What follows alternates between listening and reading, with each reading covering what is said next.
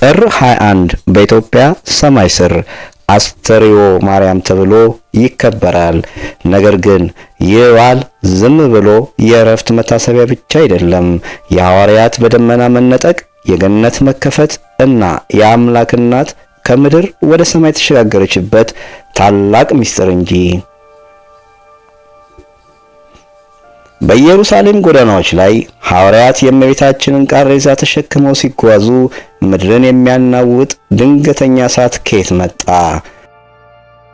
አይሁዳዊው ታውፋንያ በእብሪት እጁን ሲዘረጋ መላእክት በሰይፍ የቆረጡት እጆቹ በአልጋው ላይ ተንጠልጥለው የቀሩበት ያ አስፈሪ ትዕይንትስ ምን ምስጢር ይዟል? ዛሬ ያንን ታሪክ መጋረጃ ገልጠን ምስጢረ አስተርዮን እንመረምራለን። እስከ መጨረሻው አብራችሁን ቆዩ። ሰላም ጤና ይስጥልኝ የቻናላችን ቤተሰቦች፣ እንኳን ለእናታችን ለቅድስት ድንግል ማርያም ዓመታዊ የዕረፍት በዓል በሰላም አደረሳችሁ። ዛሬ የምናቀርበው ዶክመንተሪ በብዙዎች ዘንድ የማይታወቁና በሊቃውንት ዘንድ ብቻ የሚነገሩ ድንቅ ምስጢራትን የያዘ ነው። ወደ ዝርዝሩ ከመግባታችን በፊት ይህንን ታሪካዊ መረጃ ለወዳጅ ዘመዶ ሼር በማድረግና ቪዲዮውን ላይክ በማድረግ የበረከቱ ተካፋይ ይሁኑ። አዲስ የሆናችሁ ደግሞ ሰብስክራይብ በማድረግ የቻናላችን ቋሚ ቤተሰብ ይሁኑ።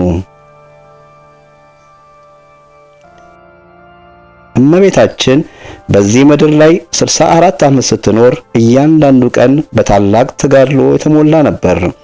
3 ዓመት በወላጆቿ ቤት፣ 12 ዓመት በቤተ መቅደስ በንጽህና፣ 33 ዓመት ከልጇ ጋር በስደትና በትሕትና፣ 16 ዓመት ደግሞ ከዕርገት በኋላ በሐዋርያው ቅዱስ ዮሐንስ ቤት መሸሸጊያ ደመና ሆና ቆይታለች። ይህ ሁሉ ጉዞዋን በጥር 21 ቀን በአስተርዮ ማርያም ድንቅ ምስጢር ተፈጽሟል።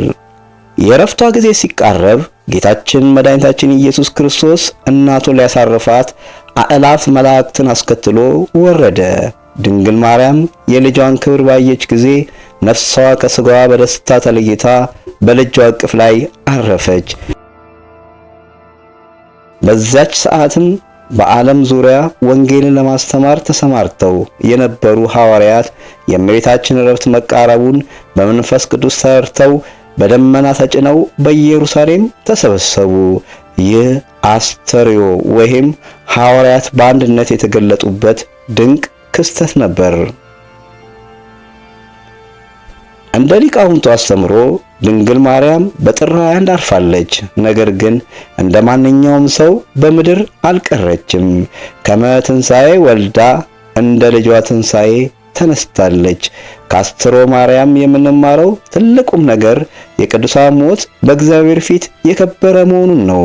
ድንግል ማርያም የሞት ጣዕምን የቀመሰችው ሰው ሁሉ ይሞታል የሚለውን የሕግ ሥርዓት ለመፈጸም እንጂ ሞት አሸንፏት አልቀረችም። እሷም ሞትን ድል አድርጋ ተነስታለች። በዛች ዕለት የታየው ትልቁ ተአምር የሐዋርያት አሰባሰብ ነበር።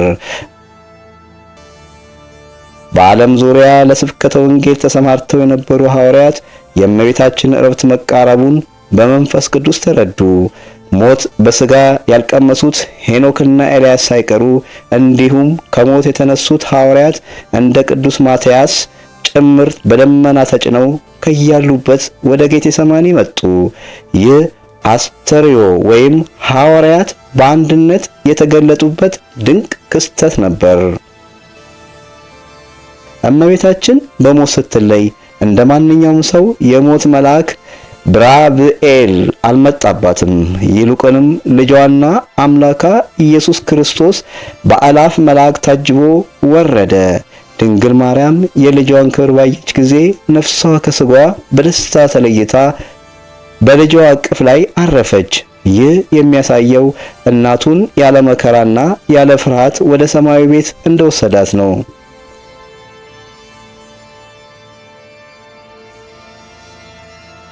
የታውፋንያ ክፋትና የታየው መለኮታዊ ፍርድ።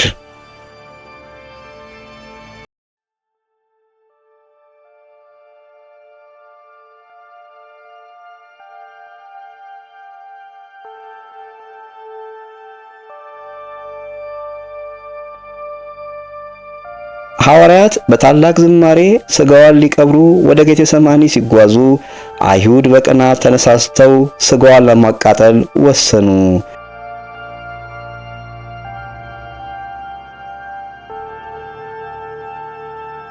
ታውፋንያ የተባለው ብርቱ አይሁዳዊ በታላቅ እብሪት ተነሳ። ወደ ቃሬዛው ሲጠጋ ግን አስደናቂ ነገር ሆነ።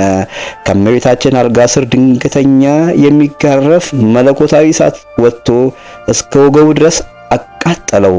ነገር ግን አሁንም ልቡ ስላልተመለሰ ሮጦ አልጋውን ሊገለብጥ ሁለት እጆቹን ሲዘረጋ የእግዚአብሔር መልአክ ቅዱስ ገብርኤል በብርሃን ሰይፍ መጥቶ ሁለት እጁን ከክርኑ ላይ ቆረጣቸው። የተቆረጡት እጆቹ በአልጋው ላይ እንደተጣበቁ ቀሩ። ታውፋንያ በከፍተኛ ስቃይ ሆኖ ማርያም ሆይ ማሪኝ ብሎ ባለቀሰና በልጇ ባመነ ጊዜ የተቆረጡት እጆቹ ከአልጋው ላይ ተለቀው ወደ ትከሻው ተመለሱና ድኖለታል። አይሁድ ስጋውን እንዳይነኩት ደግሞ መላእክት የእመቤታችን ስጋ በደመና ነጥቀው ወደ ገነት ወሰዱት። በገነት በዕፀ ሕይወት ስር ተቀምጦ መላእክት እያጠኑት እስከ ነሐሴ ወር ቆይቷል።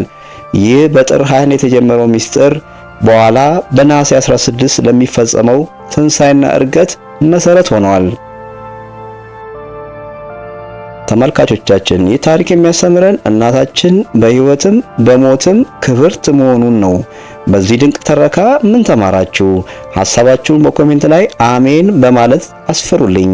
ሰብስክራይብ ማድረጋችሁን አትርሱ። የእመቤታችን በረከት ከሁላችን ጋር ይሁን።